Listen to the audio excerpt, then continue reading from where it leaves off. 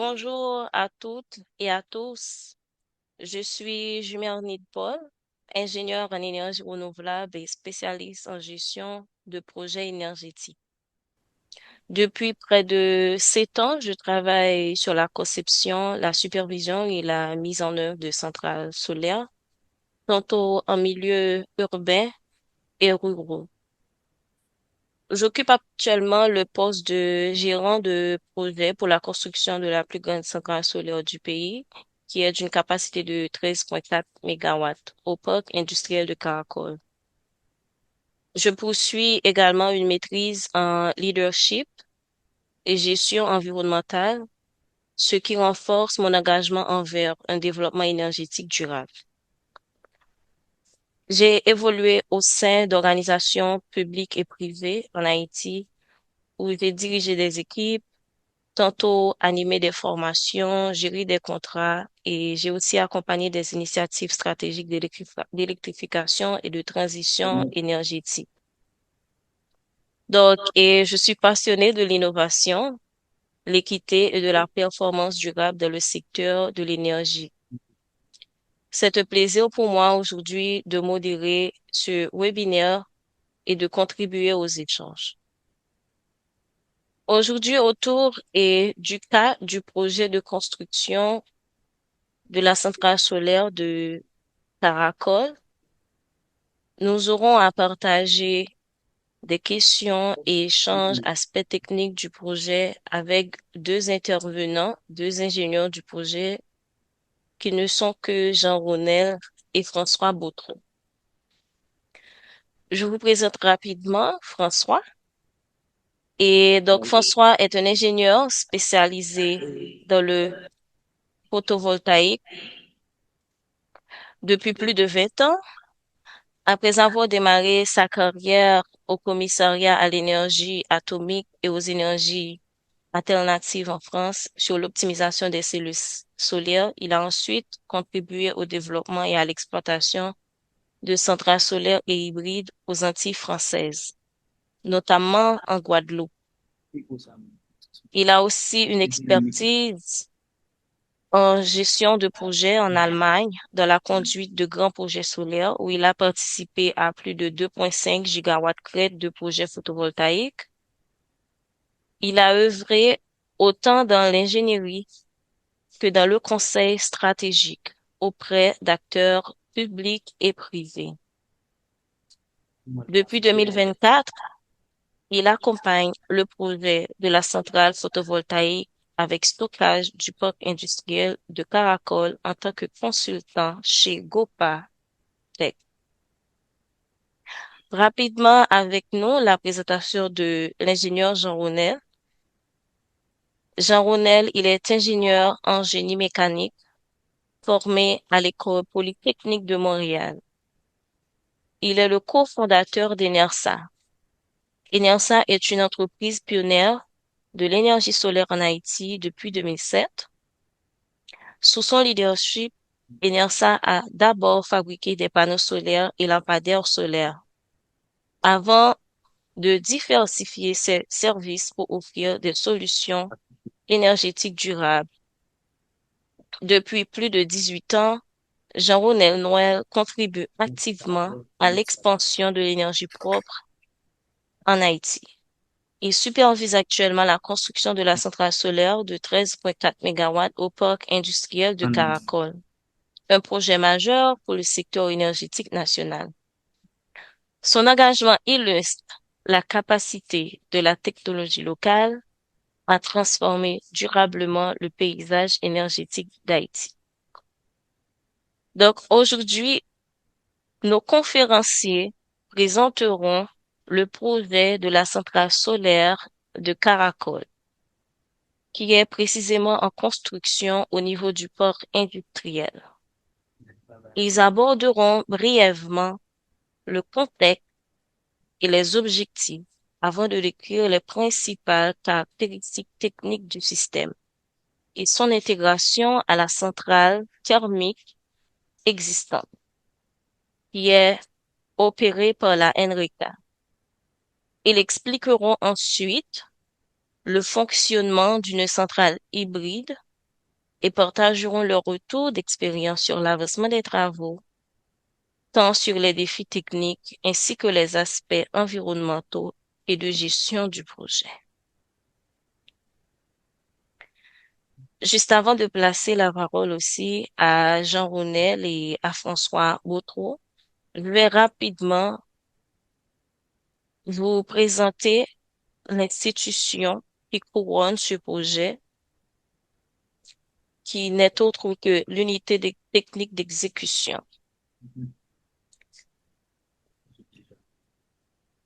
Et plus facile, vous allez entendre quand vous parle de l'UTE. Lorsqu'on vous dit UTE, on fait référence immédiatement à l'unité technique d'exécution.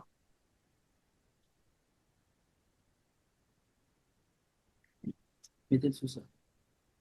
L'unité technique d'exécution est sous la tutelle du ministère de l'Économie et des Finances.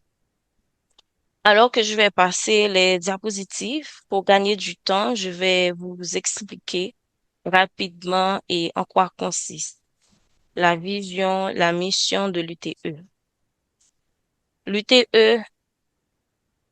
plus connu sous le nom d'UTE, est créée en 2024. Elle s'impose comme un acteur dans la mise en œuvre de projets structurants en Haïti. L'UTE est soutenue par le Trésor public et des partenaires nationaux et internationaux. L'UTE a conduit jusqu'à date plus de 21 programmes dans 9 départements du pays, allant de la réhabilitation d'infrastructures. OK? Donc, comme partenaires internationaux, nous avons la BID, FIDA, la Banque mondiale, tantôt l'USAID qui n'y est plus, mais qui a participé aussi de la contribution au niveau de l'UTE. Donc, au sein de l'UTE, comme je vous avais dit, et nous avons la direction des opérations et partenariats qui planifie les programmes, qui gère le suivi de la qualité et de la conformité, suivi, évaluation, aussi qui contribue à la gestion fiduciaire et administrative de l'institution. Donc, en 2025, et l'UTE intervient dans 8 domaines d'intervention, tantôt l'énergie, la santé, le développement d'infrastructures, bâtiments publics et autres. Donc, nous avons 13 projets à date clôturée, 8 qui sont encore en cours. Donc, en grande partie, l'UTE gère des programmes dans 9 départements du pays. En ce qui a trait à sa mission, je résume pour vous dire que l'UTE vise un objectif profondément humain, promouvoir le développement national, dynamiser l'économie et améliorer la qualité de vie des populations, notamment dans les zones où les besoins d'investissement sont les plus marqués. Ce travail s'appuie sur une organisation solide, alliant une direction des opérations, comme je vous ai montré tantôt, qui est responsable de la planification, du suivi et de la qualité et une gestion fiduciaire et administrative garantissant transparence et redevabilité. Mais au-delà des procédures, ce sont des valeurs fortes qui guident l'institution. L'excellence, l'éthique, la rigueur, la transparence et aussi le sens de responsabilité.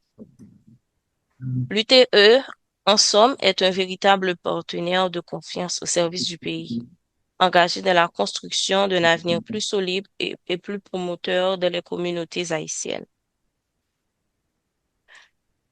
Et juste avant, je vais aussi vous parler du PIC, le parc industriel de Caracol, qui est le lieu des plantations du projet de construction de la centrale solaire.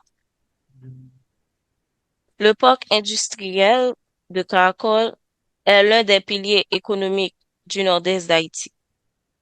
Le parc a été inauguré en 2012 et développé grâce à un partenariat entre le gouvernement haïtien, l'USAID et la BID. Le parc s'étend sur 250 hectares et offre un environnement industriel complet. Nous avons à l'intérieur du pic des bâtiments de production, des réseaux d'énergie, de l'eau, des services de sécurité, maintenance, assainissement, etc., inclus l'hébergement. Le pic fonctionne selon des normes internationales de sécurité et d'environnement, ce qui en fait un site attractif et compétitif pour les investisseurs. Aujourd'hui, le pic accueille 6 locataires et environ 3 500 à 4 000 employés, presque entièrement haïtiens. Et malgré les défis liés au contexte socio-économique, le parc industriel de Caracas se transforme et investit dans l'avenir. De nouvelles installations, tantôt des bâtiments publics et aussi des projets d'infrastructure comme le projet de construction de la centrale solaire que nous avons, le renforcement de la sécurité. Nous essayons aussi au niveau du pic de moderniser les infrastructures. Donc, toutes ces actions visent à attirer de nouveaux investisseurs, non seulement dans le pays et aussi au niveau du pic. Donc, le cas du projet de construction de la centrale solaire en Haïti, c'est un projet qui vise à consolider le rôle du pic comme étant moteur de croissance et d'emploi dans la région. Donc, je voulais aborder rapidement l'UTE et le PIC pour que vous sachiez premièrement quelle est l'institution qui couronne le projet, où est implémenté le projet. Merci pour votre attention. Toutes les questions seront prises en compte. Merci de les noter entre-temps alors qu'ils auront à présenter le projet. Bonjour à tous, c'est un plaisir d'être avec vous ce matin pour vous présenter le projet de la centrale photovoltaïque et batterie qui est en cours de construction au sein du PIC. Donc la présentation va se dérouler en 5 parties et on va se partager avec Jean Ronel les différents points. Je vais démarrer déjà avec le contexte, hein, puis Jean Ronel présentera le projet dans sa globalité. Ensuite, on regardera techniquement chaque composant de la centrale et on regardera aussi le fonctionnement de la centrale hybride puisque c'est une centrale photovoltaïque avec batterie couplée à une centrale diesel existante. Et puis, on partagera quelques retours d'expérience. Comme l'a dit Jumernide, c'est un projet qui est en cours de construction. Donc les informations que l'on va présenter aujourd'hui sont pas toujours des informations définitives, mais en tout cas, elles ont pour objectif de montrer ce qui est techniquement réalisé actuellement au sein du PIC. On va démarrer donc avec le contexte qui a déjà été présenté par Jumernide. Hein. Donc le maître d'ouvrage, c'est l'UTE. Le constructeur exploitant, c'est un consortium qui est composé de 3 entreprises coréennes. Donc il faut bien noter que c'est un contrat de conception, construction et exploitation pour une centrale photovoltaïque avec batterie. C'est un contrat dont la date d'entrée en vigueur est le 15 juillet 2024. Donc ça fait un peu plus d'un an, presque un an et demi que le projet et que le contrat est en cours de réalisation avec ce groupement, ce consortium coréen. La Banque interaméricaine de développement, donc comme l'a rappelé Jumernide, finance, est un partenaire technique et financier du projet en le finançant. Et enfin, la firme de supervision, Gopatech, qui est la firme pour laquelle Jean Ronel et moi travaillons sur ce projet. Gopatech intervient comme assistance à maîtrise d'ouvrage. Donc, on accompagne techniquement et on supporte techniquement le maître d'ouvrage, donc l'UTE, dans la réalisation de ce projet. Donc là, la photo aérienne des bâtiments industriels au sein du PIC, sans rappeler les détails qui ont été fournis par Jumernid. Donc ça fait 13 ans que le parc a été inauguré. Ici, une photo de la centrale diesel existante, parce que elle aussi, elle a été inaugurée en 2012. Et aujourd'hui, c'est cette centrale qui est composée de 6 groupes diesel d'une capacité totale d'environ 10 mégawatts. C'est cette centrale thermique qui alimente le parc industriel et également quelques localités voisines. Donc c'est cette centrale qui va être couplée à la centrale qui est en cours de construction, donc qui est exploitée par Enreca et qui donc dispose d'un transfo élévateur de 13 MVA sur le réseau moyenne tension qui est un réseau en 23 kV. Donc on en reviendra un petit peu sur les détails un peu plus tard dans la présentation technique. Voilà une autre vue aérienne de la centrale thermique. On voit ici donc les 3 départs de la centrale thermique existante. Le premier départ qui va alimenter donc le parc industriel, puis les 2 autres départs en 23 kV qui vont alimenter donc les localités voisines. Avec ici donc le transformateur élévateur de 13 MVA. Quel est l'objectif principal de construire une centrale photovoltaïque avec batterie à côté de la centrale thermique? C'est de réduire la consommation de carburant, réduire la dépendance au fuel, avec derrière du coup un objectif bien sûr de rendre le kilowattheure produit encore plus compétitif, donc avec un coût inférieur, tout en maintenant une fiabilité d'exploitation, donc c'est-à-dire une alimentation en électricité fiable sans interruption, et bien sûr réduire l'empreinte carbone parce que de fait en réduisant, et on est en plein dans le sujet de la décarbonation, mais quand on réduit bien sûr la consommation de fuel, on va de fait aussi réduire les émissions. Et donc voilà, c'est un couplage qui à travers la réduction de consommation de carburant, va permettre à la fois de jouer sur le coût de l'électricité, de le rendre plus compétitif, de fiabiliser l'alimentation et en plus de réduire l'empreinte carbone.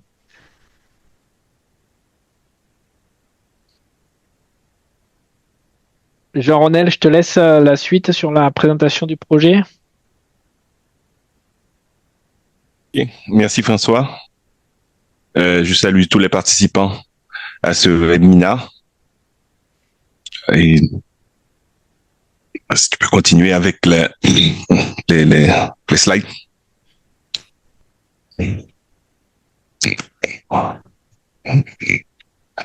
Bon, ici, comme François l'a rappelé, l'a dit tout à l'heure, le contrat, c'est un contrat clé en main de construction, conception et exploitation.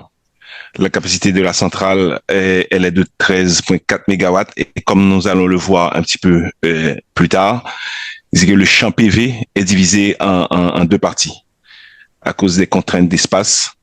Et on a dû diviser entre une partie de 4 mégawatts et une partie de 9,4 mégawatts. Le système BESS batterie, autrement dit, l'onduleur batterie et la capacité de stockage, nous avons 5 mégawatts et 10 mégawattheures. Donc, le couplage avec la centrale existante va être un couplage hybride. Ça veut dire tantôt, le système va fonctionner 100% solaire et tantôt, le système va fonctionner sur la centrale thermique qui, elle, va aussi recharger la batterie. Donc, c'est un mélange des deux. C'est pas un système 100% off-grid, en fait. OK. Next.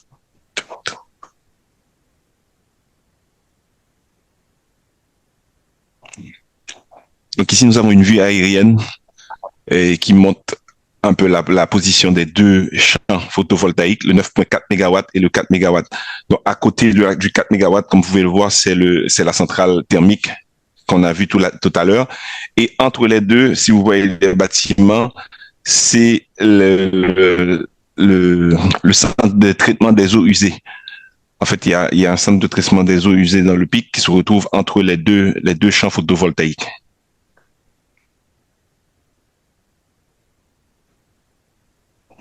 Merci. Suivant.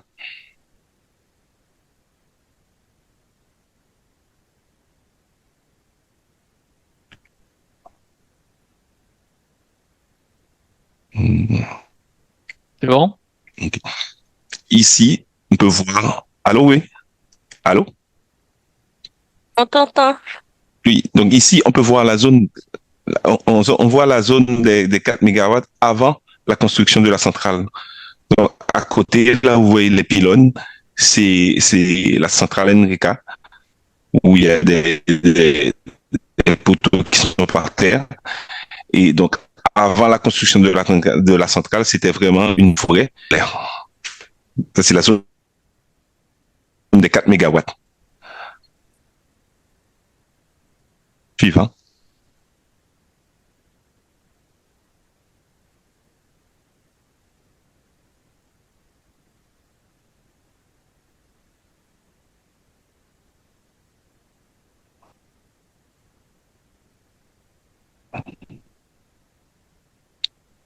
Donc ici, c'est la même chose qu'on peut voir l'espace qui a été dédié à l'installation des 9,4 MW. Et un petit peu en avant, ce que vous voyez, les grands bassins, c'est la station de traitement des eaux usées.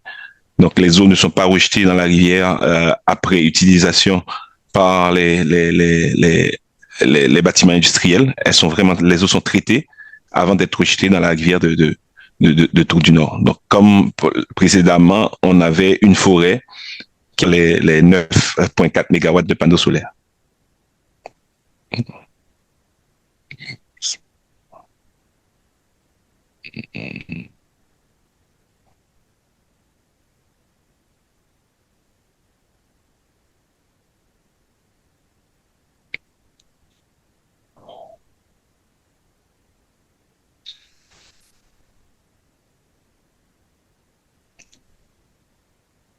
C'est les différents partenaires qu'on a déjà présenté,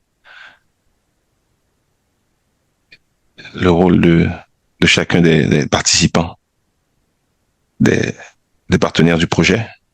Donc, l'UT est le maître d'ouvrage. Donc, OK. Donc, ici, le statut actuel du projet au 1er décembre. Et comme François l'a dit tout à l'heure, qui a débuté le 15 juillet de l'année dernière. Et aujourd'hui, nous avons déjà 30% des modules. En fait, la centrale de 4 MW, elle est complètement finie. Elle est déjà installée complètement. Et on a commencé avec l'installation des panneaux dans la partie des 9,4 MW. Et on est en train de clôturer le terrain de 4 MW. La clôture est quasiment finie. Très avancée, peut-être à 90%. Et au niveau de la portion 9 MW, les travaux sont vraiment démarrés le mois dernier. Et là, on avance assez bien. On a déjà 30% des modules, des structures PV qui sont installées. On a commencé avec l'installation des panneaux solaires également. Et une des précisions que je dois dire, c'est que j'ai oublié de dire ça. Le pic a été inondé 2 fois dans son histoire. Et à cause de ça, on a décidé de surélever le sol avant de mettre les panneaux solaires. Donc, par endroit, on a dû mettre plus de 1 mètre de remblai pour éviter une éventuelle inondation si jamais ça se reproduisait. Donc, la centrale est surélevée par rapport au niveau de sol naturel. Donc, ça ralentit un petit peu les travaux parce qu'il faut surélever le sol. Donc, là, pour le moment, dans le 9 MW, il y a la moitié du terrain qui est déjà surélevé et l'autre moitié qui est en cours les travaux sont en cours. Et sur la partie surélevée, c'est à ce moment-là, on le verra plus tard dans les photos. C'est sur cette partie-là qu'on est en train d'installer les panneaux et les structures PV pour le moment.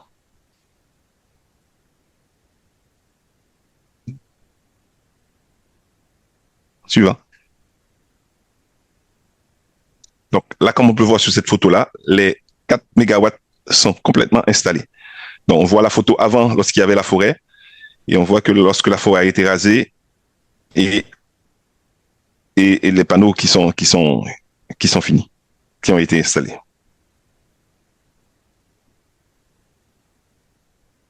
Suivant.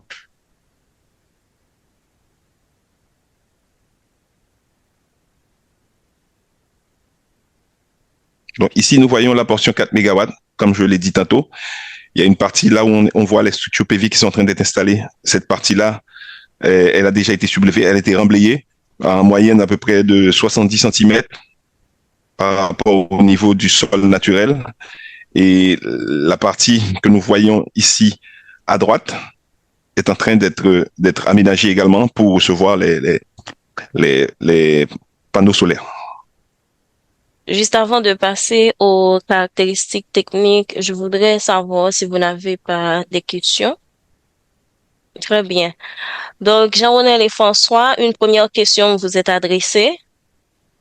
Pourquoi on était obligé de faire la déforestation pour construire la centrale solaire? Cette question est de Patrice Louis Christian. Je vais peut-être répondre à la question. Donc, en effet, on a montré des photos où on voit qu'il y a une partie de la forêt qui a été supprimée pour installer les modules. Et c'est un point qu'on n'a pas abordé, mais qu'on va aborder à la fin de la présentation, c'est que avant la réalisation du projet, il y a eu une étude d'impact, en effet, et il y a un plan de gestion environnementale et sociale qui est en cours et qui prévoit en fait le reboisement des arbres qui ont été supprimés sur la partie nécessaire pour installer les modules photovoltaïques. Et donc, il y a une opération qui vise à replanter la quantité d'arbres équivalente sur une autre zone. Et donc ça fait partie du PGES, plan de gestion environnementale et sociale, qui accompagne en fait le projet et qui est d'ailleurs mis en œuvre par le consortium coréen sous le contrôle et la vérification de l'UTE et de GOPA. Je passe rapidement à Adelva. Sa question, c'est pourquoi vous n'avez pas utilisé les toitures existantes? C'est une question, en tout cas, peut-être, Jumernide, tu as la réponse sur l'origine, parce que c'est vrai que GOPA Tech est arrivé dans le projet une fois qu'il était déjà, on va dire, défini. Peut-être une des raisons, mais c'est qu'une supposition à ce stade, c'est que les toitures et les charpentes peut-être n'étaient pas dimensionnées pour. C'est parfois un problème qu'on rencontre quand il s'agit de faire du photovoltaïque en toiture.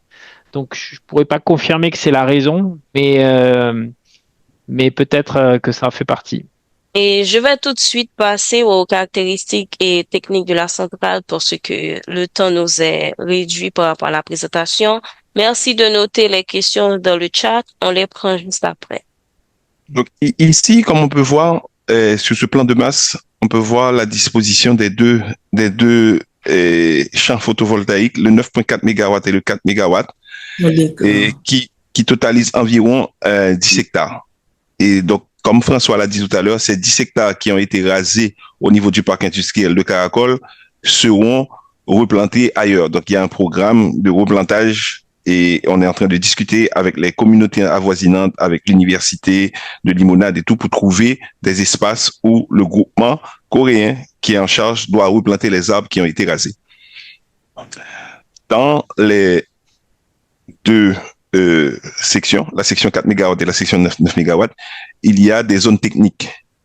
Donc, dans la zone de 9 MW, il y a une zone technique qui est 100% électrique, en fait, Et dans la zone de 4 mégawatts, il va y avoir une sous-station électrique aussi. Et c'est là que on va avoir le bâtiment administratif où l'opérateur qui va gérer la centrale va se trouver. Et ça, cette partie-là se trouve entre la centrale NRECA existante et la partie des 4 mégawatts.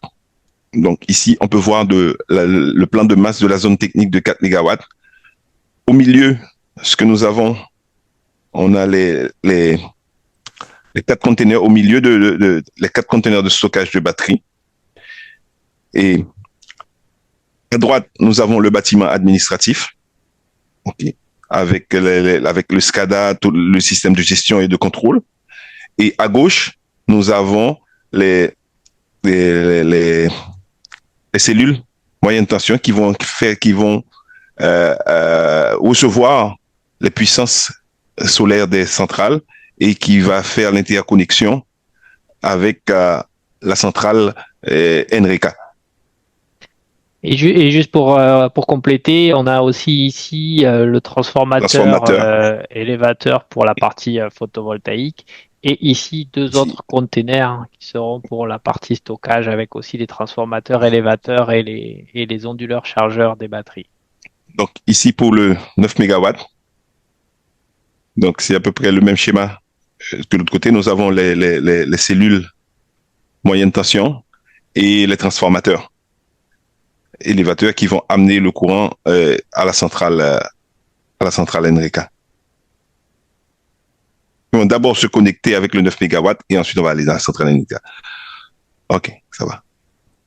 Exactement. Donc là, si on regarde maintenant justement en termes de connexion entre les différentes zones de la centrale, donc on a ici la centrale thermique existante avec les 10 MW et qui va être couplée sur au même niveau de tension, donc à 23 kV, qui va être couplée en fait sur ce jeu de barre ici qui va être le jeu de barre de la nouvelle sous-station à laquelle va venir se connecter donc le système de stockage, la centrale de 4 MW crête avec le transformateur qu'on a vu et la centrale de 9.4 avec les deux transformateurs élévateurs. Voilà. Et on retrouve nos 3 départs qu'on a vus tout à l'heure au début, avec le départ vers le centre, vers le parc industriel, et les 2 départs vers les localités voisines. Si on regarde maintenant le schéma unifilaire avec un peu plus de détails, en fait, on retrouve toujours ici l'existant, notre centrale thermique existante, la centrale de 4 MW crête avec donc ici le transformateur que l'on vient de voir qui est un transformateur de 4.2 MVA. Et ici, si on remonte en fait un petit peu sur le schéma unifilaire, donc ensuite en amont du transformateur, on va retrouver ici nos différents onduleurs et on va voir ici les panneaux photovoltaïques et les chaînes de panneaux photovoltaïques. Donc ensuite, on va remonter plus dans la description technique de chacun des composants. Mais par exemple, sur la zone des 4 MW crête, donc on voit qu'on a 30 onduleurs photovoltaïques qui sont connectés. Ensuite, on a sur la zone, sur la centrale des 9.4 MW crête, la même architecture, cette fois avec 2 transformateurs élévateurs, chacun faisant 5.2 MVA. Et pareil, quand on remonte en amont, on tombe sur nos onduleurs PV qui font chacun 150 kVA et les chaînes des modules photovoltaïques. Et enfin, on a donc notre système de stockage par batterie avec le transformateur élévateur de 5 MVA. Derrière, on a 4 PCS, donc 4 onduleurs batterie, avec derrière ensuite les containers batterie, les 4 containers batterie. Donc maintenant, on va aller regarder un peu plus en détail chaque composant. Je te laisse présenter Jean-Ronel. Ok, merci. Donc ici, c'est les panneaux solaires. Nous avons le module de base qui est un panneau solaire fabriqué par Jinko Solar de 630 mégawatts, 630 watts. Désolé. Donc avec un rendement de 22,54%. Donc c'est des modules bifaciaux qui ont des rendements supérieurs et au total, pour le projet, on aura installé 21 270 panneaux solaires. Voilà, ce qui représente quand même quasiment 40 containers de 40 pieds à transporter sur site. Donc, ça fait quand même une quantité non négligeable de logistique aussi à gérer pour ce projet. Voilà. Mais on doit dire que tous les panneaux sont déjà arrivés sur site. Donc ça, c'est la performance du panneau. Quand même, le panneau a une dégradation qui est quand même assez faible parce que après 30 ans, le panneau aura encore une capacité de 87,4% de sa puissance initiale, ce qui représente même pas 13% de perte sur 30 ans parce que les panneaux solaires se dégradent avec le temps. Mais ici, on peut voir que la dégradation est quand même assez faible. Exactement. Et pour rajouter aussi, donc ce sont des panneaux qui sont bivers, c'est-à-dire qu'il y a deux en fait deux glaces, une en face avant et une en face arrière, parce que ce sont des modules donc bifaciaux. Donc il y a une partie de la réflexion de l'irradiation sur le sol qui va pouvoir remonter en face arrière. Et en fait, le fait que ces modules soient bivers, ça augmente encore la garantie de performance des modules. C'est vrai qu'on avait jusqu'à maintenant l'habitude plutôt de garantie de performance de 25 ans. Et donc là, avec ces modules bivers, on est passé plutôt à 30 ans de garantie de performance. Voilà. C'est les garanties des modules. En général, il y a toujours deux. Il y a la garantie du produit, donc sur 12 ans, en cas de défaut ou autre, et après la garantie de production, de performance plutôt, voilà, de 30 ans. Donc, ici, nous avons les onduleurs PV. Ça, c'est des onduleurs gros watts, 150 kVA, et avec 16 inputs. Donc, on en a une centaine pour le projet. On en a 30 sur la portion 4 MW et 70 sur la portion 9,4 MW. Donc ça, ils peuvent prendre des chaînes de panneaux jusqu'à 1000 volts. Ils peuvent supporter des panneaux jusqu'à 1000 volts. Donc on aura des chaînes de panneaux, dépendant de la configuration, entre 16 et 17 panneaux pour venir se connecter sur ces onduleurs PV qui, eux, vont injecter le courant sur le jeu de barre de la centrale photovoltaïque. Voilà, donc là, c'est aussi peut-être pour préciser une chose, c'est que pour le dimensionnement des strings, donc savoir combien de modules on va mettre en série pour l'onduleur, on va en fait évaluer le comportement des strings et des chaînes en fonction de la température, parce que les caractéristiques électriques des modules, elles évoluent aussi en fonction de la température à laquelle les modules fonctionnent, parce que les informations techniques que l'on a pu voir ici sont données toujours dans des conditions de test standard, donc avec une certaine irradiation et une certaine température. Et donc, quand on va faire le dimensionnement aussi des strings, on va regarder les températures extrêmes, notamment extrêmes, donc basse, mais aussi haute. Et c'est la température du module. Donc, on va regarder, par exemple, à 70 degrés Celsius, quelles vont être les caractéristiques électriques des modules, parce que quand il va être exposé au soleil à des températures élevées, c'est pas rare qu'on puisse se brûler en touchant le module, tellement c'est chaud, et donc les caractéristiques donc évoluent. Donc, il faut regarder les cas extrêmes pour s'assurer que l'onduleur va pouvoir fonctionner dans toutes les conditions de température du site. Donc c'est pour ça qu'on avait rajouté ce petit tableau qui indique justement que ici on a les différentes tensions dans les conditions de température extrêmes, et on vérifie que ces tensions restent bien à l'intérieur de la plage de tension acceptée par l'onduleur pour pouvoir fonctionner de façon optimale. Voilà, et comme l'a dit Jean Ronel, ici, donc la conclusion, c'est qu'on atteint 17 modules par string. Donc on va mettre 17 modules en série pour constituer un string ou une chaîne. Si on peut voir la disposition des panneaux, l'espacement entre deux chaînes et l'angle. Bon, l'angle qui a été choisi, c'est un angle de 7 degrés. Et donc, ça, c'est le consortium qui a décidé de cet angle-là. Et quand Gopa Intech est arrivé dans le projet, donc tout avait déjà été fixé. Donc, on a dû juste accepter qu'on va fonctionner avec un angle de 7 degrés. Et l'angle de 7 degrés qui est différent normalement de la latitude qu'on a en Haïti, qui est dans le nord ici, qui est à peu près de 19 degrés. Mais dans l'ensemble, l'angle peut avoir un effet saisonnier, ok, mais n'aura pas d'effet global sur la production des panneaux. L'angle permet de produire plus d'énergie entre l'été et l'hiver, ça dépend de quel angle on choisit, donc il y aura une variation, mais dans l'ensemble, si on regarde la production annuelle du panneau solaire, la quantité d'énergie produite par un panneau, peu importe l'angle, c'est la même chose au cours de l'année. Donc ici, nous avons 2,1 mètres entre les rangées qui permet vraiment de circuler librement entre les panneaux et de pouvoir même circuler avec un petit quad ou une moto, etc. Si jamais on doit venir faire des interventions avec des objets qui sont un petit peu plus lourds, ça permet aussi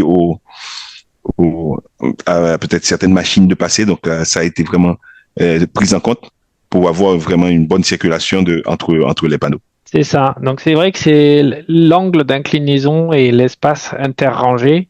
En général, c'est le résultat de plusieurs optimisations, notamment aussi en fonction de l'espace disponible. Et donc c'est avec l'ensemble des contraintes du site que ces éléments avaient été déterminés par le groupement. Donc ici, nous avons une analyse disons structurelle pour les structures PV. Donc, ça a été fait simulation par ordinateur pour voir les contraintes qui seront appliquées sur les structures en cas de passage d'un ouragan. Le système a été conçu pour supporter un ouragan de 160 000 à l'heure, je crois, c'est 250 km à l'heure, un ouragan de catégorie 4 avec des vents pouvant aller jusqu'à 250 km à l'heure. Donc, ça a été fait par simulation et donc, c'est ça qui a été retenu comme solution. Où les structures sont fixées au sol avec des pieux vissés. Il y a beaucoup de projets qui se font en Haïti où on a en fait, un bloc de béton qui fait environ 40 cm par 40 cm par 1 mètre à 1 mètre 20 de profondeur. Mais ici, le choix a été différent. Le choix, c'est on utilise des pieux vissés. Donc, c'est des pieux vissés de 2 mètres 50. Donc, il y aura 2 mètres 30 enfoncés dans le sol et il y aura un 20 cm à l'extérieur qui permet de venir fixer les panneaux. Donc, tout ça a été fait et dimensionné après l'étude géotechnique. On a une étude géotechnique du sol et à partir de là, les notes de calcul ont permis de dimensionner les pieux vissés. Et après l'installation de ce pieux vissé, il y aura un test d'arrachement. Avant l'installation à grande échelle des panneaux, on fait quelques échantillons sur le terrain. C'est ce que nous avons fait pour le 4 MW et c'est ce qui est en train d'être fait sur le 9 MW.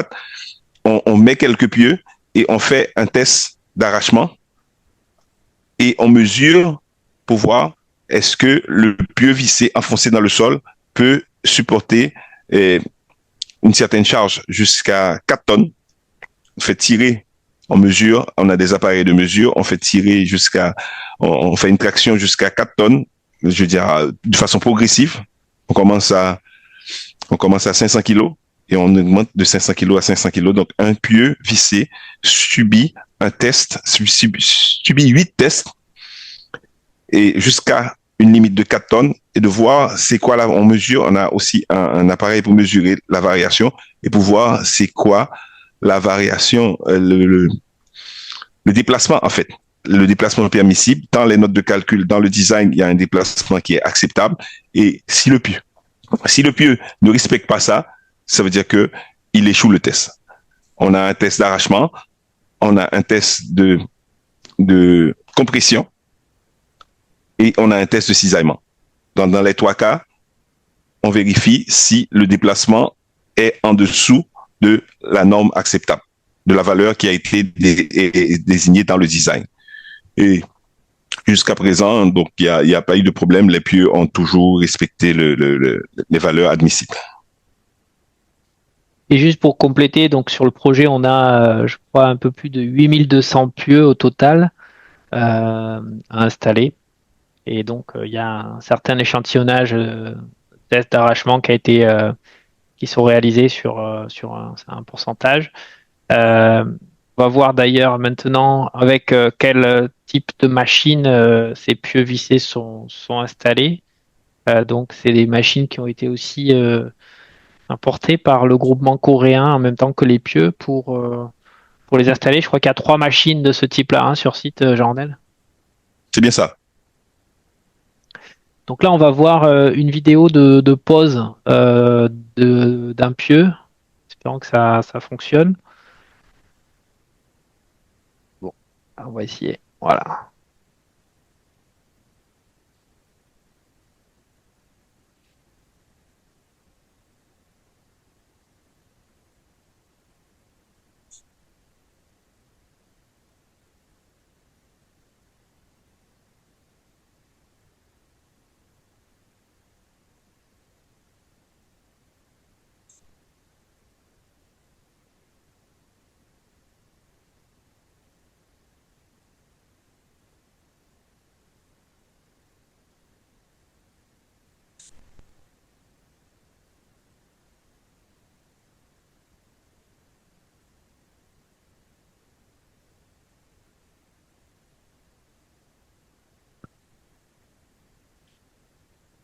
Donc voilà, donc peut-être tant qu'on est sur la pose des pieux en termes de retour d'expérience et de difficultés rencontrées, donc il y a eu quelques difficultés, notamment à cause de certaines pierres qui étaient présentes dans le remblai et qui empêchaient les pieux de bien pénétrer dans le sol. Il y a eu aussi des challenges au niveau de l'alignement des pieux. Mais globalement, maintenant que l'opérateur maîtrise bien la machine et que le groupement a pris en expérience, ça fonctionne relativement bien. Jean-René, je ne sais pas si tu as d'autres points à partager sur les difficultés éventuelles de cette opération. Non, ça va.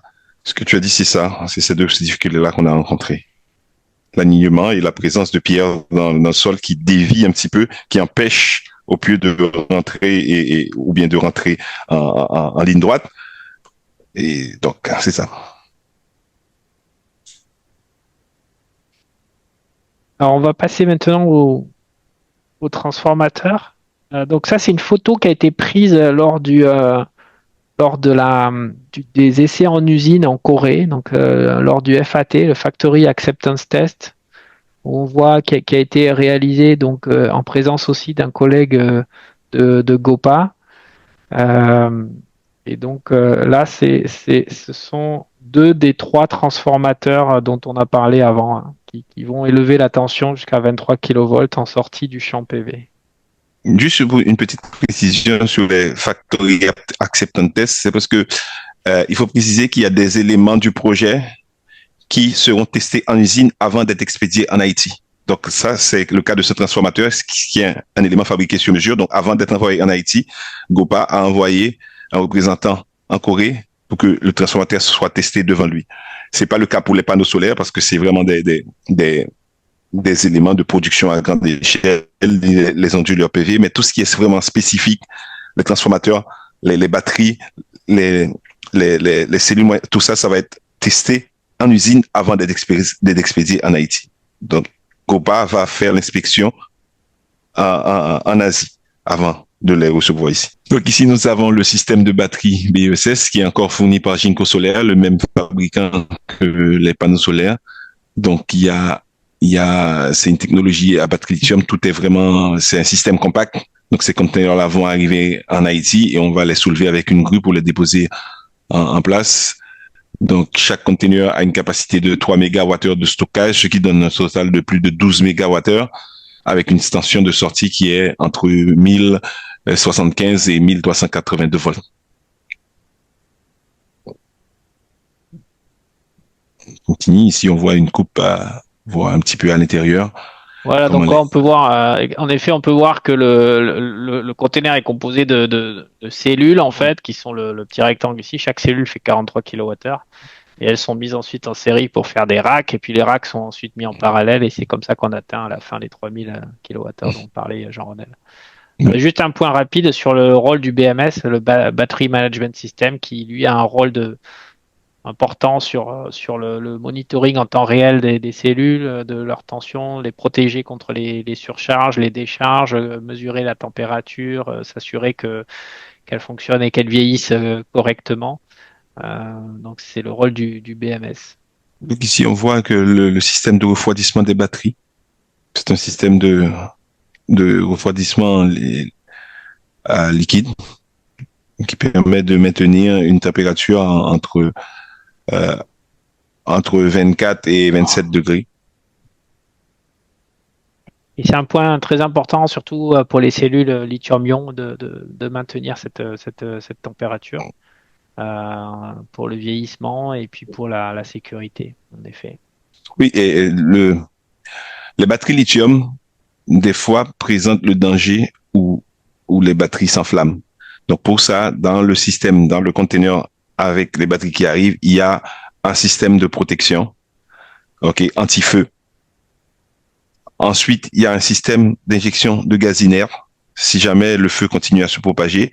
Et également, il y a la possibilité de raccorder le conteneur de batterie à un conduit d'eau externe et d'injecter de l'eau à l'intérieur du conteneur de batterie lithium pour éteindre un éventuel feu. C'est ça. Et il y a donc ce système de prévention. Il se base aussi à partir de capteurs capteurs de fumée, capteurs de gaz, capteurs de température, pour que automatiquement en fait le système de protection se mette en place. Ici, nous avons les PCS, les Power Conversion System, ce qui est dans le langage, on va dire, domestique, ce seraient les onduleurs. Ce seraient les inducteurs batterie. Okay? Donc là, on voit un schéma exactement comme pour les batteries. C'est quelque chose de préassemblé qui vont venir en conteneur et qui seront transportés. Ils seront testés d'abord à l'usine, un petit peu comme pour les transformateurs. Il y aura des factory acceptance tests et avant d'envoyer le conteneur en Haïti. Voilà, il faut donc bien faire la distinction, pardon, excuse-moi, c'est bien la distinction entre les onduleurs PV qu'on voyait tout à l'heure, qui sont des sources de courant électrique, et le PCS, lui, qui peut aussi former le réseau en étant une source de tension. Mm-hmm. Donc ici, nous avons le SCADA. En fait, là, ici, nous passons dans la partie gestion de la centrale. Donc, il y a le SCADA et l'EMS. Donc, qui permet à partir à un opérateur qui aura beaucoup d'écrans et qui permet de contrôler la centrale, qui permet d'arrêter ou de démarrer des onduleurs donc à partir d'une salle de contrôle. C'est vraiment donc on n'a pas besoin vraiment de déplacement physique. Donc à partir de ce poste de contrôle, l'opérateur peut manœuvrer et jouer sur les différentes composantes de la centrale. Donc, il y aura en fonction de son jugement, il peut décider d'arrêter ou de démarrer les onduleurs, les PCS. Et pour les groupes électrogènes, c'est un petit peu différent parce que les groupes électrogènes qui sont là, les 6 groupes qui sont dans la centrale, nécessitent quand même une intervention manuelle. Mais une fois que cette intervention manuelle est faite, l'opérateur est en mesure, à partir de son poste de contrôle, avec le SCADA et l'EMS, d'interagir avec les groupes électrogènes également. Ça. Et le SCADA donc vise à collecter en fait toutes les informations utiles pour permettre l'optimisation de l'exploitation.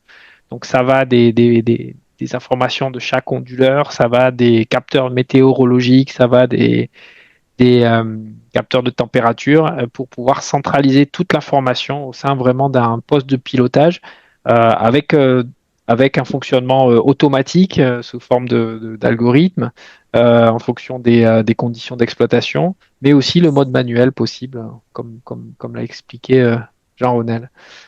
Donc on va avancer un peu plus vite s'il nous reste que 10 minutes. Maintenant, c'est comment la centrale va s'interconnecter à la centrale diesel thermique. Donc ça, c'est la situation actuelle avec, on voit encore à nouveau nos trois départs depuis la centrale thermique. Et maintenant, avec la nouvelle centrale qui vient s'installer juste à côté, on voit qu'en fait, on va connecter les deux jeux de barres ensemble et on va déplacer le départ vers le réseau du pic qui va partir cette fois-ci de la nouvelle sous-station en construction. Et donc, en fait, on va comme ça avoir finalement un jeu de barres étendu entre les différentes sous-stations qui va permettre justement l'échange de flux d'électrons entre les différentes sous-stations, les deux nouvelles et puis la sous-station existante. Donc ça, on peut le voir aussi avec les points de vue physique. Donc là, c'est la situation actuelle et la future situation avec donc cette fois, on va venir en fait connecter, on va garder le départ du pic ici en haut de poteau, mais il va se connecter cette fois directement sur la station, la nouvelle sous-station. Donc maintenant, on va passer au fonctionnement d'une centrale hybride. Alors ici, je tiens juste à préciser une chose, c'est que ce qui va être présenté ici, c'est un fonctionnement assez générique d'une centrale hybride. C'est pas forcément le fonctionnement précis de la future centrale au pic, parce que ce sont des éléments qui sont toujours en cours de finalisation. Mais donc ici, il faut le voir plus comme un fonctionnement typique d'une centrale hybride. Donc ici, voit la courbe de charge. Donc, ce qui est d'abord important avant de pouvoir exploiter la centrale, c'est de bien comprendre la courbe de charge, voir comment la charge évolue heure par heure. Et donc, c'est pour ça que on a pu collecter avec la centrale thermique existante qui fonctionne les courbes de charge. Ici, on voit la courbe de charge totale. Donc, ça veut dire avec les trois départs. On voit qu'on atteint, ça c'était le 25 août, on voit qu'on atteint une consommation environ de 4500 kW au point maximum vers 3 heures de l'après-midi. En dessous, ici, on peut voir en fait chaque départ de façon indépendante. On voit ici en bleu, bien sûr, le départ, la consommation du parc industriel avec la pause entre midi et 2. On voit que la nuit, il n'y a quasiment pas d'activité. Et les deux autres départs qui sont les départs des localités voisines. Et donc, quand on fait la somme de ces trois courbes, on arrive sur la courbe de charge totale qui est la courbe de charge ici en haut. Ce qu'on a pu aussi regarder, c'est récupérer cette courbe de charge au cours des 6 derniers mois. Ça permet de capturer un petit peu la variabilité saisonnière en fait, la variabilité saisonnière dans la consommation. Et notamment, ce qui est important, c'est de comprendre comment le pic de consommation évolue au cours des différents mois. Parce que ça peut être dimensionnant pour la centrale. Donc ici, on voit clairement que finalement, on dépasse jamais les 4500 kW, puisqu'ici, c'est le pic, c'est le maximum chaque jour au cours des 6 derniers mois. Donc une fois qu'on a bien compris la courbe de charge, on peut maintenant regarder qu'est-ce que va donner notre champ photovoltaïque en termes de production. Donc pour ça, on va faire la simulation de la production. On va utiliser le logiciel PV-Syst notamment, qui permet en fait, en fonction des composants utilisés, en fonction de l'orientation, de l'inclinaison, de tout ce qu'on a vu tout à l'heure un peu plus tôt, c'est-à-dire les 7 degrés d'inclinaison, les 2,10 m d'interrangée, le site à Caracol en termes d'irradiation, on va récupérer les données météo, etc. Et on va comme ça pouvoir simuler et avoir une meilleure idée de combien va donner en total en énergie, mais aussi heure par heure en kilowatts la centrale PV. Et donc là, on a juste ici synthétisé, on a fait une moyenne pour chaque mois, la moyenne horaire de la production. Et donc on voit que finalement, sur les mois de novembre, on a un maximum aux alentours des 8 mégas pour la sortie du champ total PV. Et on voit que sur mai-juin, on peut atteindre un peu plus les 9 points quelque chose de mégawatts en puissance moyenne horaire. Donc, on a compris la courbe de charge, on a bien compris maintenant la production PV. Donc ici, on peut voir aussi mois par mois, cette fois, la production en kilowattheure de la centrale photovoltaïque. Donc ici, on voit que sur l'année, la centrale va produire 22,9 mégawattheures. Donc on est sur un ratio spécifique qui est une unité qu'on utilise souvent en photovoltaïque, et c'est en kilowattheure par kilowatt-crête par an. Donc ça nous donne vraiment la production totale photovoltaïque. Donc maintenant qu'on a ces informations-là, on va pouvoir superposer en fait les courbes de consommation et les courbes de production. Donc ici, par exemple, on l'a fait de janvier à décembre. En rouge, c'est la charge de c'est la courbe de charge, et en bleu, c'est la production PV.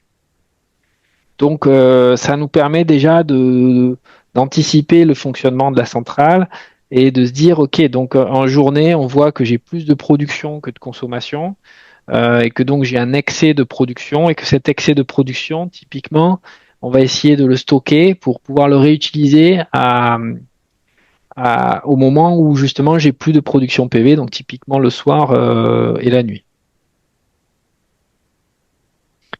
Cette fois maintenant, pour essayer de voir comment est-ce qu'on peut vraiment utiliser ce surplus de production PV, on va utiliser un autre logiciel. Donc typiquement, on peut utiliser le logiciel Homer Pro. Homer Pro qui permet de simuler en fait des systèmes et des centrales hybrides. Donc là, c'est un exemple un petit peu de la simulation. On voit ici le bus DC, donc on est en courant continu ici, AC en courant alternatif. Donc ici, on a notre charge qui est connectée au réseau AC, c'est la courbe de charge qu'on a vue tout à l'heure. Ici, on a la production PV qui est la courbe de production qu'on a vue tout à l'heure. Ici, c'est notre batterie donc de stockage de nos 10 MWh. Ici, notre PCS donc, qui fait la conversion entre le DC et l'AC depuis les batteries, donc nos 5 MW. Et ici, on a nos 6 groupes diesel existants. Et donc, on va pouvoir, comme ça, avec ce logiciel, stimuler le comportement de la centrale hybride et voir en fait à quel moment j'utilise mon PV, à quel moment je vais charger mes batteries avec l'excédent de photovoltaïque, à quel moment je vais quand même devoir faire tourner mes groupes, à quel moment, comment va évoluer mon état de charge de ma batterie, ce qu'on appelle le state of charge, le SOC. Et ça, on va pouvoir faire la simulation comme ça sur une année. Et ça va nous permettre d'anticiper et de prévoir comment ma centrale thermique et photovoltaïque et stockage vont pouvoir travailler ensemble.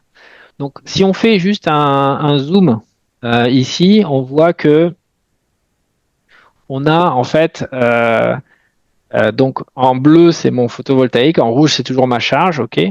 Et en fait dessous, il faut le voir vraiment parallèle. En rose ici c'est mon état de charge. Donc en fait ici je suis on va dire à 10% et ici je suis à 100%. Donc en fait ce qu'on voit typiquement, c'est que en fait au fur et à mesure que j'ai plus de PV que de photovoltaïque que de charge, ben, ma batterie va au fur et à mesure se recharger jusqu'à 100%, jusqu'à atteindre 100%. Et puis ici, on va pouvoir du coup en fin de journée tenir juste avec le photovoltaïque et avec toujours bien sûr ma batterie qui va être disponible. Et en fin de journée, au fur et à mesure, mon état de charge va réduire et je vais avoir mes groupes diesel qui sont ici symbolisés par les courbes marron. Donc ici, ce sont des courbes individuelles. Donc il faudrait faire la somme de toutes les courbes marron pour arriver juste exactement au niveau de la courbe de charge rouge ici. Mais en gros, voilà le fonctionnement, on va dire, typique d'une centrale hybride où on arrive en journée à éteindre les groupes diesel pour pouvoir fonctionner grâce à mon photovoltaïque et à ma batterie. Et jusqu'à un certain point, il faudra démarrer mon groupe. Voilà. Et donc, on se rappelle que l'objectif essentiel étant d'essayer de limiter au maximum le fonctionnement du groupe pour réduire la consommation de diesel. Voilà. Donc ça, c'est un fonctionnement un peu simplifié. Ensuite, il y a d'autres aspects, bien sûr, à considérer dans le choix, en fait, de, de- du fonctionnement de ma centrale hybride. Il faut bien sûr considérer l'équilibre et la stabilisation tension-fréquence. Donc, on a besoin d'avoir à un certain moment dans notre réseau une réserve tournante, tournante ou pas tournante, tournante pour les groupes ou une réserve opérationnelle dans ma batterie suffisante pour pouvoir pallier à des événements un peu extrêmes comme la perte d'une charge sur le réseau ou la perte de ma production PV. Donc il y a d'autres aspects qui sont plus des aspects transitoires qui doivent être évalués en plus de cette analyse-là. Mais globalement, c'est pour montrer le fonctionnement, on va dire, générique d'une centrale hybride tel qu'on l'imagine. On a notre groupe diesel qui est toujours là en backup. On a notre batterie qui permet de faire le tampon et qui permet d'absorber l'excès de production PV et de la restituer au moment où j'en ai besoin. Et on s'assure qu'on a toujours suffisamment soit de batterie, soit de groupe pour assurer l'équilibre du réseau. Il nous reste 2 minutes.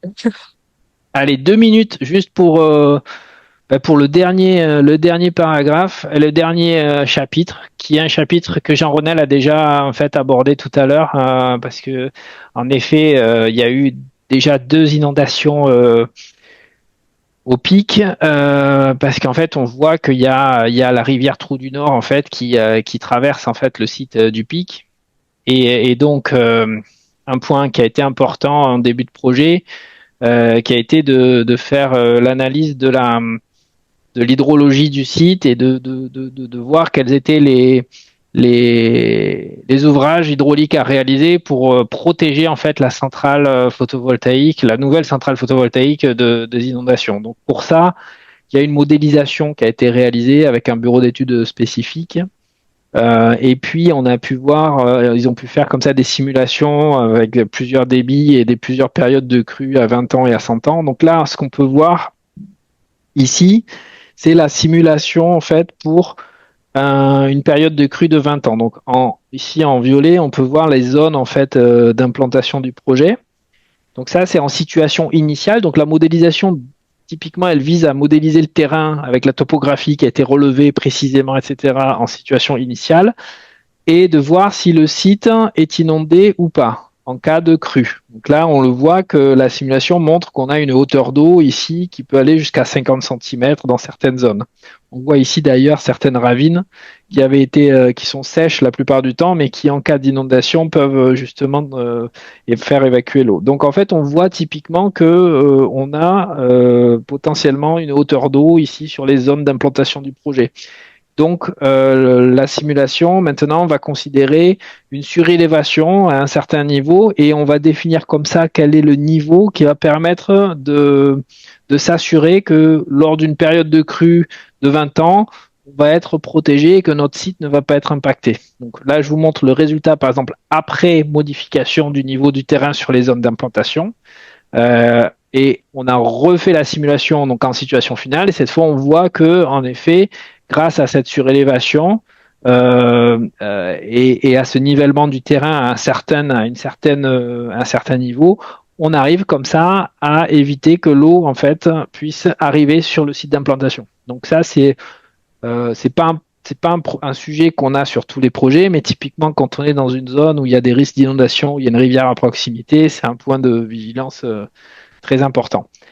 Et enfin, le deuxième point, qui est bien sûr l'importance des sujets environnementaux. Ça a été soulevé en tout début de présentation. Donc, en effet, un plan de gestion environnementale et sociale a été mis en place. C'est un point d'attention très fort de l'UTE et de la banque et qui finance de la BID et de tous les participants à ce projet, parce que évidemment, l'intérêt est de réduire la consommation de carburant, mais il faut s'assurer que ça se fasse sans impact négatif sur l'environnement. Donc, le sujet du déboisement-reboisement donc a été abordé. Donc, pas de possibilité de les mettre en toiture parce que les charpentes n'étaient pas suffisamment dimensionnées. Donc, forcément au sol. Et donc, au sol, forcément, il faut déboiser pour installer le photovoltaïque. Donc, il y a un reboisement. au-delà de cet aspect déboisement-reboisement, il y a aussi le plan de gestion environnementale et sociale. Il vise aussi à, à, à vérifier et à limiter les impacts aussi bien pendant le chantier, la phase chantier de construction, que pendant la future phase d'exploitation. Donc il y a un cadre en fait qui est mis pour s'assurer de la gestion des déchets, s'assurer qu'il n'y a pas de pollution de l'eau, des surfaces, pour assurer aussi la santé et la sécurité des travailleurs sur le site, mais aussi des communautés voisines, tout ce qui est gestion du bruit, la qualité de l'air, par exemple en phase chantier, quand il y a les camions qui passent, qui amènent du remblai, ça crée de la poussière, donc c'est une pollution aussi en termes de qualité de l'air. Voilà, donc il y a vraiment tout un cadre qui est mis autour de la gestion des impacts environnementaux et sociaux.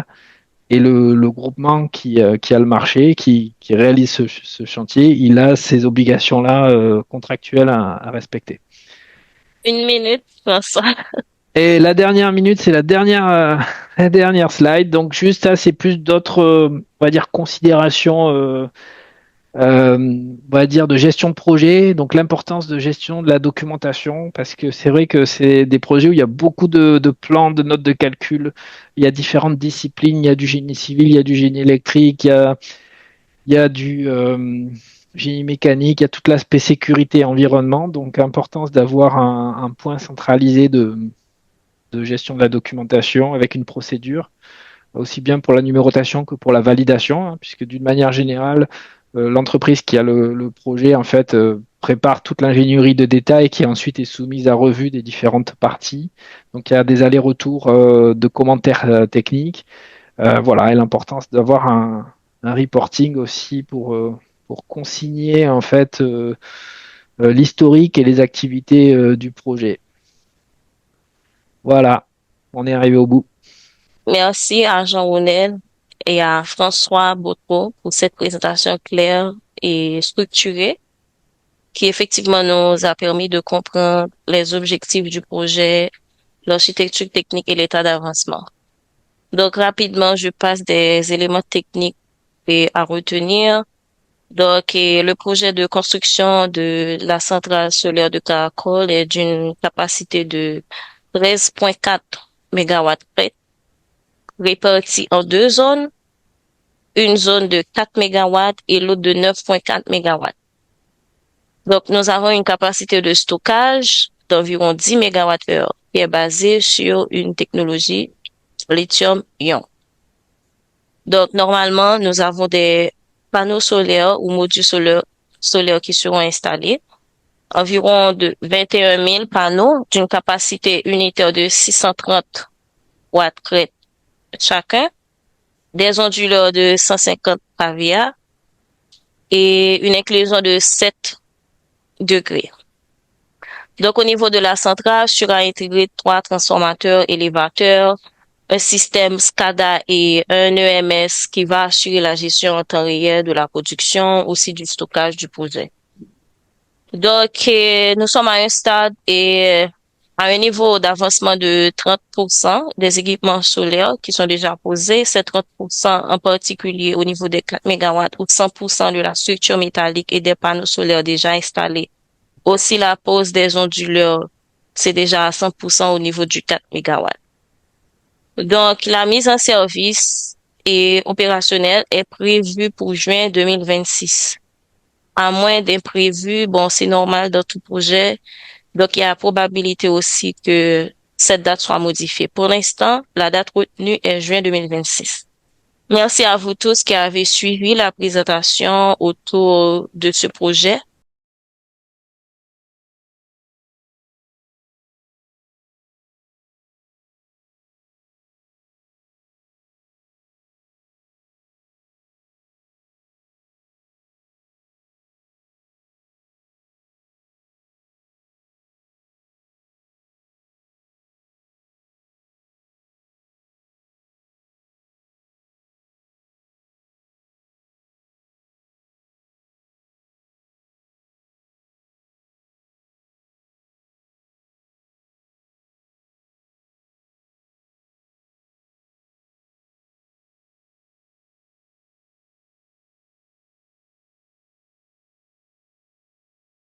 Donc, je vous invite à poser les questions et demander des précisions. Et aussi, si vous voulez, vous pouvez revenir à travers l'Université Quisqueya et aussi les informations et contenus et au niveau de l'activité pour revenir sur un aspect spécifique. Donc, je passe à la première question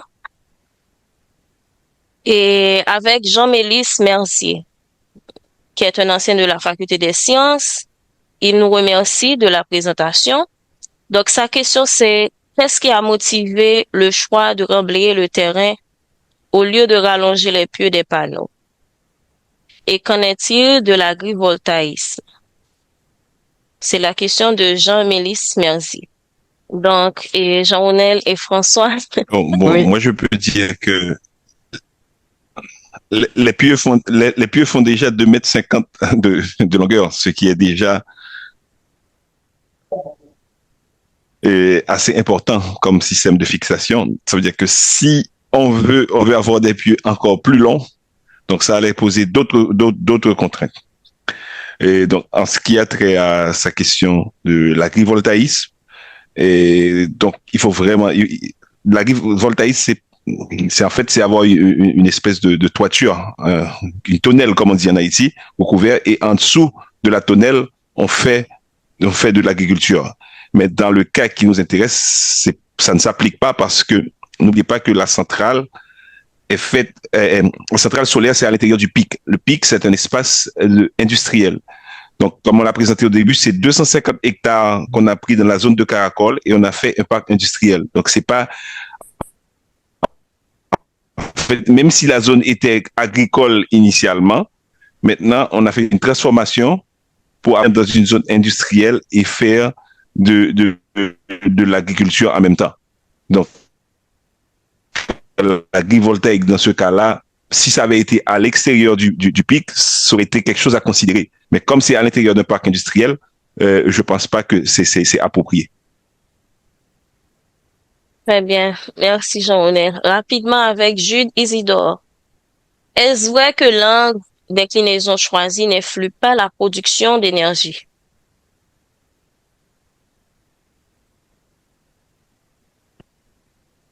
Comme je l'ai dit Alors, tantôt, l'angle a un impact saisonnier. Ça veut dire que... Vas-y, François. non, vas-y, Jean-Ronel, bien sûr, vas-y. Oui, l'angle a un impact saisonnier. Ça veut dire un panneau, et disons, qui est à 0 degré et un panneau qui est à 15 degrés. Dépendant des mois, le panneau qui est à 0 degré va produire plus que le panneau qui est à 15 degrés. C'est-à-dire qu'il y a des panneaux qui sont favorisés pendant l'hiver, il y a des panneaux qui sont favorisés pendant l'été. Il y a des angles qui favorisent la production d'énergie pendant l'hiver et d'autres favorisent pendant l'été. Donc, mais globalement, quand on regarde sur l'ensemble de l'année, la quantité d'énergie produite ne changera pas, peu importe l'angle du panneau. Très bien. Oui, Merci. juste pour, Je passe à pour deux compléter. questions. Ah, vas-y, Oui. François. Non, pour compléter, en fait, on avait fait la simulation de productible entre un angle à 7 degrés et un angle à 20 degrés. Et je crois qu'on avait une différence de l'ordre de 3 ou 4% en fait. Donc c'était assez faible, quoi. Donc l'impact était très faible.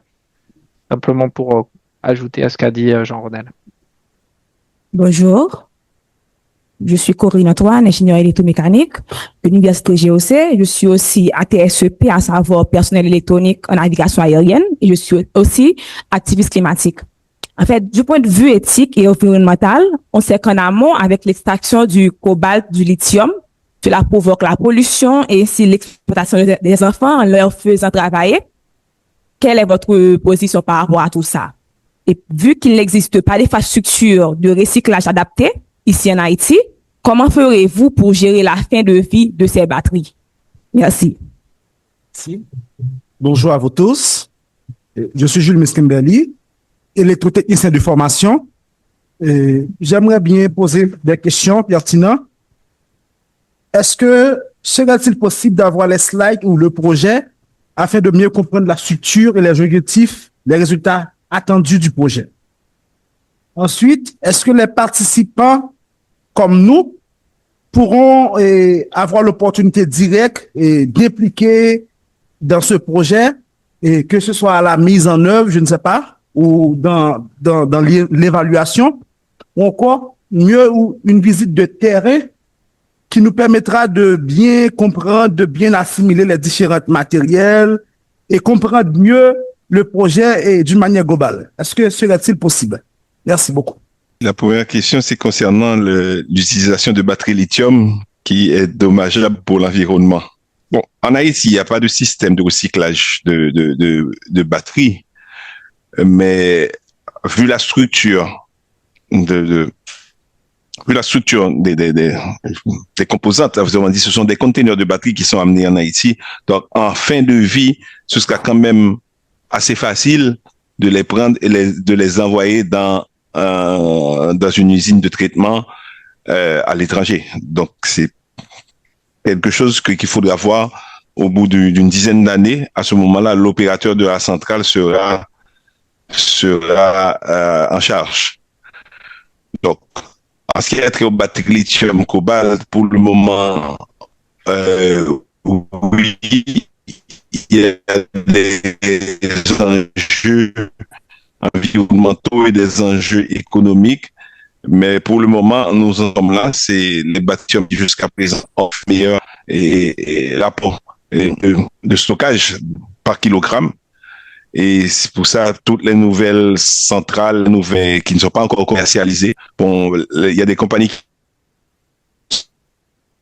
qui essaient de remplacer le lithium par du sodium, ce qui, globalement, la relation de ressources est rare de lithium et de cobalt. Donc, en remplaçant le lithium par le sodium, pour le moment, nous sommes obligés de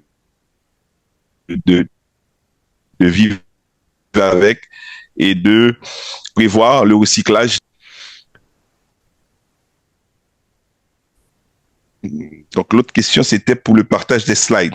Donc, je ne sais pas si on pourra toujours utiliser, François, et partager quelques slides avec le docteur Calix, qui, lui, mettra ça disponible pour les participants. Oui, je pense qu'il faut. Je ne sais pas ce que tu en penses, François. Il faut qu'on voit avec l'UTE en tant que maître d'ouvrage, en fait, ce qui est possible de faire. Je pense peut-être, Jumernid, on peut en rediscuter ensuite et voir quelle est l'approche retenue par UTE pour transmettre des éléments du projet.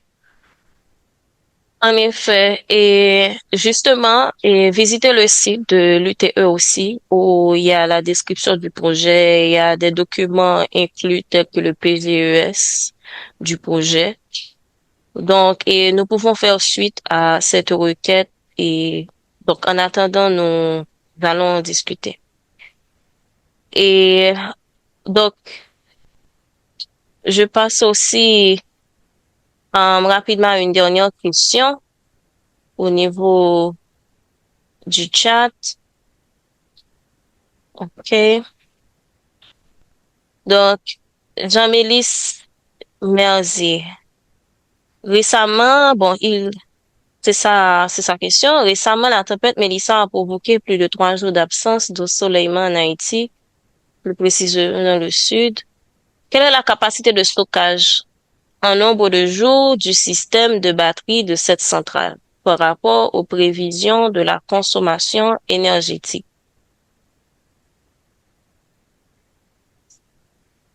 Donc, peut-être pour répondre à cette question, en fait, ici, on est vraiment dans un fonctionnement hybride, quoi. C'est-à-dire que la capacité de stockage du système de batterie n'a pas été dimensionnée pour pouvoir tenir, on va dire, plusieurs jours sans aucun apport ni photovoltaïque ni diesel.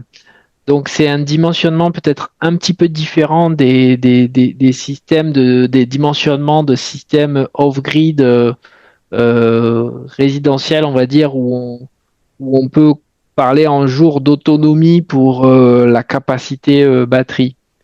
Je vais essayer de retrouver. Donc la capacité batterie, hein, c'est 10 MWh.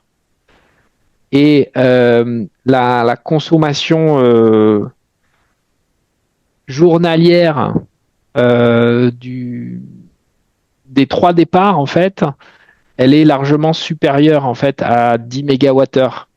Donc, ça veut dire que en fait, la batterie ne permet pas seule de tenir l'alimentation sans apport externe du groupe ou bien du photovoltaïque. Donc, je vous dis merci. Vous qui avez suivi à l'Université Quisqueya aussi en ligne, nous avons eu aujourd'hui François Bautreau, Jean Ronel et Julien Paul qui ensemble collaborons au niveau de la construction de la centrale et à Caracol. Donc, pour des questions spécifiques, vous pouvez toujours entrer en contact avec l'Université de Quisqueya et aussi nous du côté de l'UTE. Merci et à bientôt.